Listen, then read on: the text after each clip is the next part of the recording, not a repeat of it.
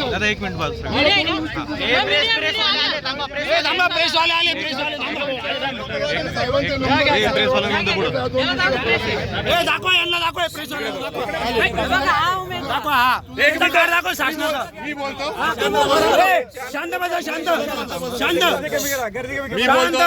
मी बोलतो एक जण बोलू का सगळे शांत शांत मी बोलू.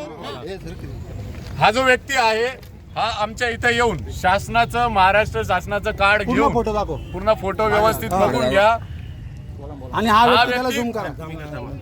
व्यक्ती इथे पैसे वाटप करत असताना आमच्या कार्यकर्त्यांनी याला पावत्या सगट पकडलेला आहे. पैसे पण आणि याचे फोन चेक केले असता याच्या फोन मध्ये दाखव फोन दाखव फोन त्याचा. याच्या फोन मध्ये पोलीस डिपार्टमेंटच्या सर्व वरिष्ठ अधिकाऱ्यांचे नंबर असून हा सतत वेळेवेळेला 5-5 मिनिटांनंतर त्यांच्या संपर्कात आहे. आणि बीजेपीचे जेवढे पण उमेदवार आहे आपल्या प्रभागातील त्या सर्वांशी याची रोजची कॉन्टॅक्ट आहे, रात्रीची कॉन्टॅक्ट आहे, दिवसाची कॉन्टॅक्ट आहे. तुम्ही जो पैसे वाटप करण्याचा आरोप लावताय तुमच्या निदर्शनात आलेले आम्ही धरलेला आहे. आमच्याकडे व्हिडिओ आहे, आमच्याकडे फुटेज आहे का यांनी खिशातनं. आणि हा इथला स्थानिक नसून हा धुळ्याचा आहे.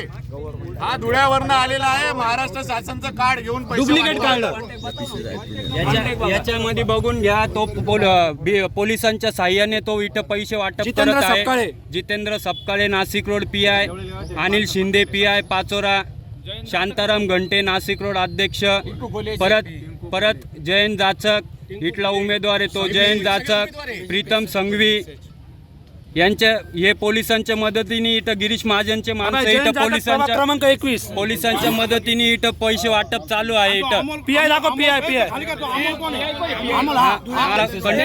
फोन येते. काय नाव आहे दादा?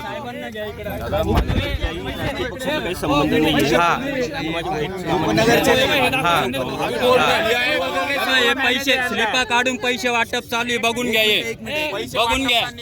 स्लिपा चालून पैसे वाटप चालू आहे. बा खिशात नका करू. कोणी प्रेम नाही बसत आहे ना मागे सरकारना. दादा माझे वैयक्तिक आयुष्यात तुम्ही का पडता? माझे वैयक्तिक फोन येते, माझ्या भावाचे फोन येते, बोल. माझा भाऊचा फोन आहे, माझा भाऊ आहे, माझ्या भावाशी बोल. तू फोनवर कोण? हॅलो दादा माझा काय संबंध कशाशी? हा इथंच ना, बोल ना. हॅलो साहेब तुम्ही थांबा, तुम्ही संरक्षण द्या मला. काही हॅलो याला बीजेपीच्या माणसांचे फोन चालू आहे. अजून गिरीश महाजनचा माणूस या, गिरीश महाजनचा माणूस या. अमोल भाऊ कोण घरातून निघालेला माणूस नाही बोलणार ते. सुशिक्षित घरातल्या लोकांना सुद्धा हे पैशाची काय नेमकी याची सत्यता काय काय सांग. तुझं ओरिजिनल नाव काय? नाव सांग तुझं नाव. ओरिजिनल नाव काय तुमचं? ओरिजिनल नाव? अरे दादा तुमचं नाव तर सांगा. मी माझ्या वैयक्तिक कामानिमित्ताने ओके ओके. तुमचं नाव काय? तुमचं नाव काय? नाव काय? अरे एक मिनिट थांबा ना तुम्ही. त्याला पाणी द्या. तुमचं नाव काय? केव्हापासून मला त्रास होतो दादा, माझा काही संबंध तुमचं नाही. नाव काय? मी वैयक्तिक कामानिमित्ताने आलेलो. ठीक आहे ना, तुमचं नाव तर सांगा. नाव काय तुमचं? नाव सांगा. हे बघा हे कार्ड आहे त्याचं. डुप्लिकेट महाराष्ट्र शासनचं कार्ड. हे कार्ड तुमचं आहे? कार्ड तुमचं आहे? कार्डशी माझा काही संबंध नाही. फोटो तुझा दिसतो. पावत्या काय? कायला घेऊन फिरताय? या पावत्या बरं एक मिनिट. तुम्ही वैयक्तिक कामासाठी आलात असं तुमचं म्हणणं आहे.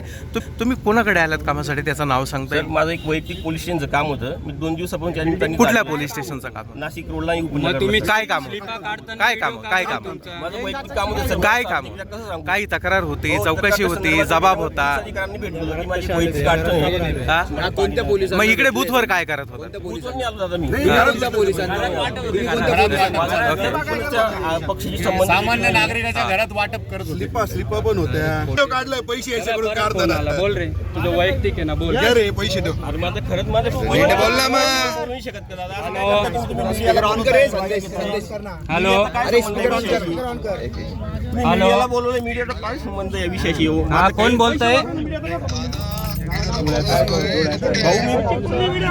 त्याची ना बाईट सर चौकशी होईल का प्रकरणाची चौकशी होईल का पिसे सर?